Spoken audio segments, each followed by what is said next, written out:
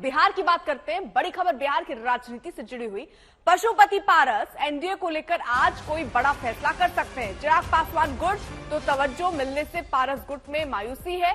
NDA में seat बंटवारे के फॉर्मूले से पारस गुट में नाराजगी की खबरें हैं। इस बीच खबर है कि महागठबंधन भी पारस के संपर्क में है। पशुपति पारस ने अपनी पार्टी के नेताओं की बैठक बुलाई है और इसमें कुछ बड़ा फैसला हो सकता है।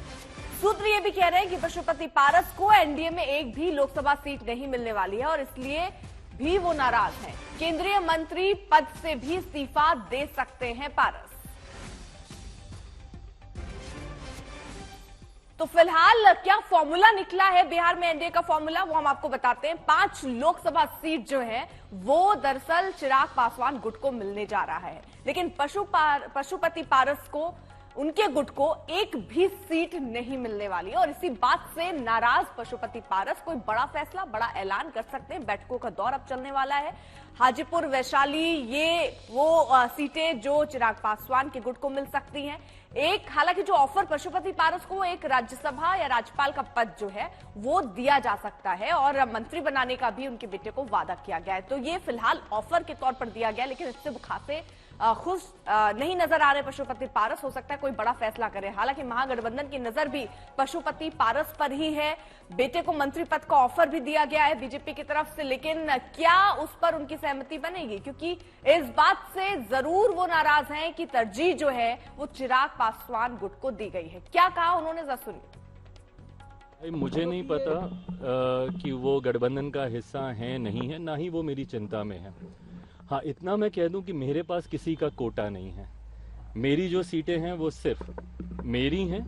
गठबंधन में कौन है वो है कि नहीं, कौन है नहीं, बाकियों का तो मुझे पता ही है, वो है कि नहीं मुझे नहीं पता। बट हाँ, मेरे पास किसी के कोटे की सीटें नहीं हैं। चिराग जी को लेकर सर क्या कहिएगा, उनके चाचा? मैं तो बता दिए है कि चचा भतीजा का जो भी मामला है, लेकिन दोनों भाजपा के साथ चलना चाहते हैं और भाजपा के साथ रहेंगे। रोहित हमारे साथ हमारे सहयोगी और अपडेट के साथ जुड़ चुके हैं। तरजीह चिराग पासवान गुट को मिली, तो ऐसे में पशुपति पारस के नाराज होने की खबरें आ रही हैं। रोहित, इन खबरों के बाद क्या फैसला हो सकता है? किस तरीके की हलचल बढ़ती हुई बिहार में? देखिए अर्पिता, एक बात तो साफ है कि बीजेपी ने तरजीह दी है भतीजे को, यानी कि चिराग पासवान को, और पशुपति पारस को एक तरीके से पूरी दरकिनार कर दिया है। एक भी सीट नहीं दिया जाना, इस बात का संकेत है कि अब शायद बीजेपी को लग गया है कि पशुपति पारस की जरूरत एनडीए गठबंधन में नहीं है। हालांकि पशुपति पारस ने अभी तक औपचारिक रूप से एनडीए छोड़ने का फैसला नहीं किया है या फिर वो महागठबंधन में जाएंगे या नहीं, इसको लेकर भी अभी तक उन्होंने कोई फैसला नहीं किया है। लेकिन जिस तरीके का रिस्पॉन्स चिराग पासवान को बिहार में मिलता है, जहां वो रैलियां करते हैं, और जो दलित वोट बैंक और पासवान खासकर वोट बैंक 6% जो उनके पास है, उसको लेकर को शायद ये लगता है कि भविष्य की राजनीति चिराग पासवान के साथ करना बिहार में जो है वो फायदेमंद हो सकता है। और इसीलिए कल जो हमने देखा कि कैसे चिराग पासवान को जो है 5 सीटें जो हमें सूत्र बताने को उन्हें दे दी गई हैं, उसमें हाजीपुर सीट भी है जो चिराग पासवान चाहते थे। अर्पिता, ठीक है, आपने सब बनाए रखिए। तो देखिए, बिहार में एनडीए को लेकर सूत्र जो जानकारी दे रहे हैं, अगर इसी को आधार मान ले तो बिहार में एनडीए का फुल एंड फाइनल सेटलमेंट कुछ ऐसा होगा, यानी 5 लोकसभा जो है वो चिराग पासवान गुट को मिलता हुआ, और वहीं पशुपति पारस को फिलहाल एक भी सीट न मिलने की खबरें हैं। 17 सीटों पर बीजेपी लड़ेगी। चिराग पासवान गुट को 5 सीटें मिलेंगी, जेडीयू को 16 सीट मिल सकती है और 2 सीटें अन्य के खाते में जा सकती है, जिसमें एक मांझी और एक उपेंद्र कुशवाहा को मिल सकती है। कुल 40 लोकसभा सीटें बिहार में हैं और ये फॉर्मूला अब लगभग ये मानिए कि तय ही है। इससे जुड़ी एक रिपोर्ट।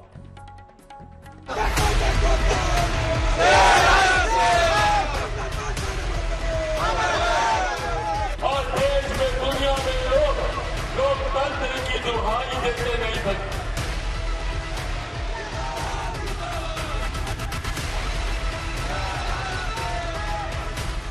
चिराग पासवान को झुकाने के लिए लाख प्रयास किए गए, लाख तरीके के षड्यंत्र रचे गए। कहीं घर तोड़ा गया, कहीं परिवार तोड़ा गया, कहीं पार्टी तोड़ी गई, ये सोचकर कि चिराग पासवान टूट जाएगा। ना टूटने वाला हूँ, ना झुकने वाला हूँ, और करता तो भाई मैं किसी से नहीं हूँ।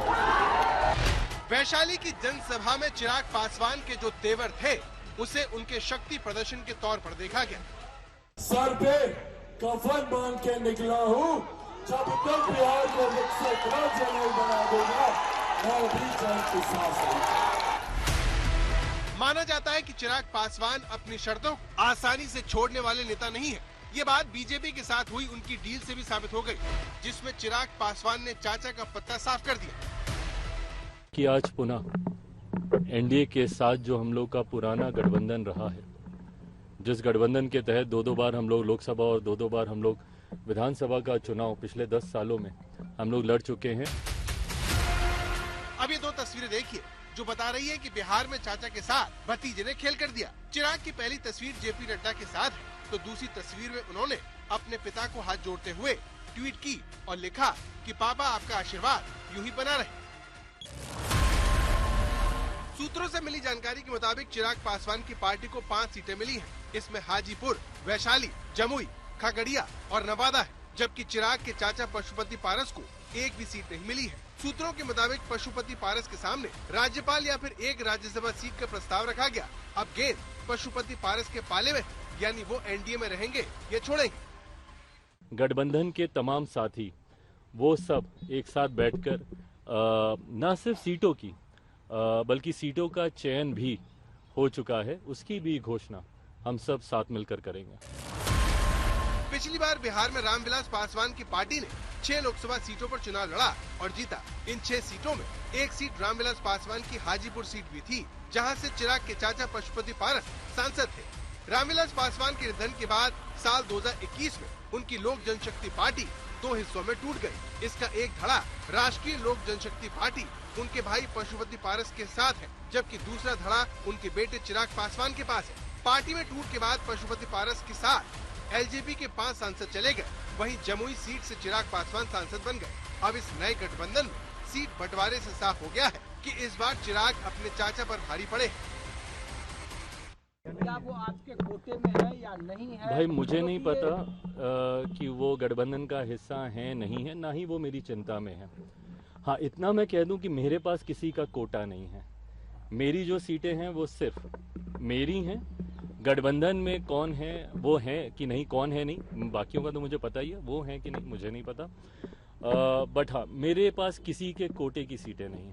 आने वाले समय में तो चिराग पासवान अपने चाचा के साथ जंग में जीते दिख रहे हैं, क्योंकि चाचा पशुपति पारस हाजीपुर सीट छोड़ना नहीं चाहते थे, लेकिन चिराग पासवान इस सीट को लेकर अड़े हुए थे। चिराग ने कहा था कि हाजीपुर उनके पिता रामविलास पासवान की पारंपरिक सीट है, इसीलिए हाजीपुर सीट के लिए असली हकदार वही है। एनडीए के साथ गठबंधन के ऐलान के बाद अब सवाल ये है कि पशुपति पारस का क्या होगा। ये 400 का लक्ष्य ना सिर्फ हम लोग पार करेंगे, बल्कि बिहार में जो पिछली बार एक सीट किसी कारणवश हम लोग की रह गई थी, इस बार 40 की 40 सीटें एनडीए का ये गठबंधन मिलकर जीतेगा।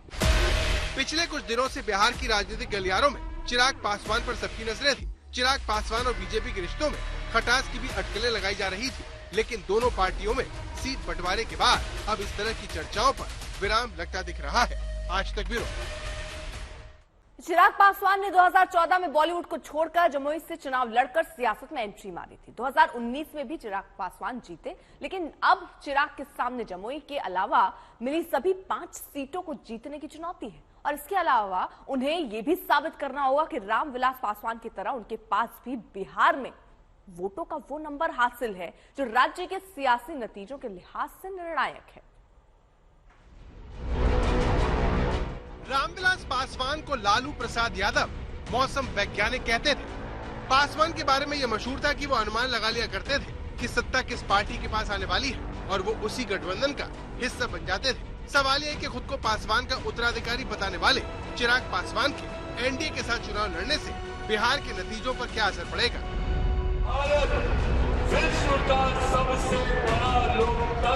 बिहार में चिराग पासवान पिता की विरासत पर दावा पुख्ता कर चुके हैं। भले ही उन्हें बीजेपी ने मोदी का हनुमान बताने पर भी चाचा से लड़ाई में उतना सहारा नहीं दिया। और मुझे प्रधानमंत्री जी की तस्वीर का इस्तेमाल करने की जरूरत ही नहीं है। मैं उनका हनुमान हूँ, मेरे दिल में उनकी तस्वीर बसती है।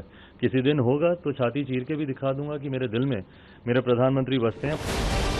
इस तरह चिराग पासवान अपने पिता की तरह सत्ता का सुख नहीं ले पाए और लोक जनशक्ति पार्टी में टूट के बाद चिराग को सड़क पर उतरना पड़ा। अब जब चिराग एनडीए के साथ सीटों के तालमेल में चाचा का पत्ता साफ कर चुके हैं, तब चिराग को लेकर बड़ा सवाल ये है कि क्या चिराग पासवान अपने पिता की तरह बिहार में प्रासंगिक हैं?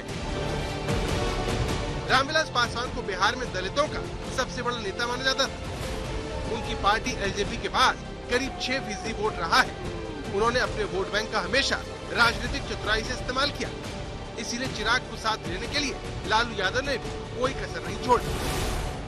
रामविलास पासवान जी साधारण नेता नहीं थे, गरीबों के मसीहा थे, दलितों के मसीहा थे, अल्पसंख्यक के मसीहा थे। आज उनकी सारी जिम्मेवारी चिराग पासवान के ऊपर है और हम मांग करते हैं कि भारत सरकार को माननीय पासवान जी को देश रत्न की उपाधि से। रामविलास पासवान और चिराग को लेकर लालू यादव की इस हमदर्दी की वजह चुनावी आंकड़ों में छिपी है।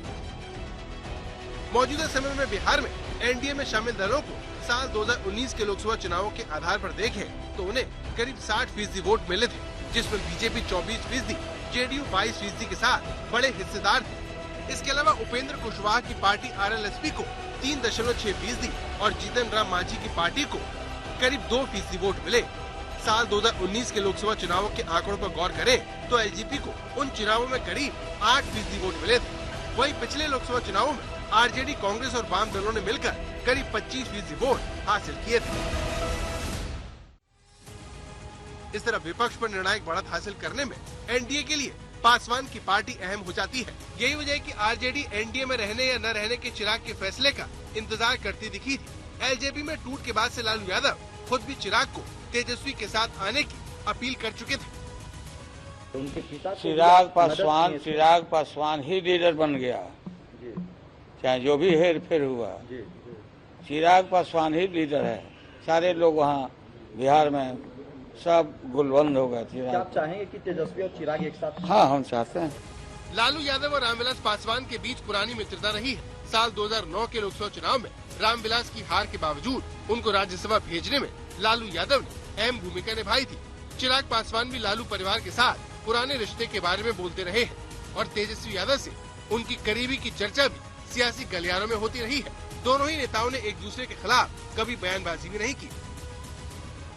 साल 2019 के लोकसभा चुनावों के आंकड़ों पर गौर करें तो एलजेपी को उन चुनावों में करीब 8% वोट मिले थे, जबकि इसके करीब 1.5 साल बाद हुए विधानसभा चुनावों में एलजेपी को करीब 6% वोट मिले। दो चुनावों के बीच वोटों के इसी अंतर में एनडीए और इंडिया के लिए लोकसभा चुनावों का भविष्य देखा जाता है। इसीलिए दोनों पक्षों की नजर हमेशा पासवान की पार्टी पर रही है। चिराग पासवान ने साल 2020 के बिहार विधानसभा में लोक जनशक्ति पार्टी को बिना किसी गठबंधन के चुनाव में उतारा था। उन चुनावों में पार्टी को केवल एक जीत मिली थी, जबकि करीब 7% वोट उन्हें मिले। हालांकि उनकी असली परीक्षा होना अभी बाकी है। आज तक ब्यूरो।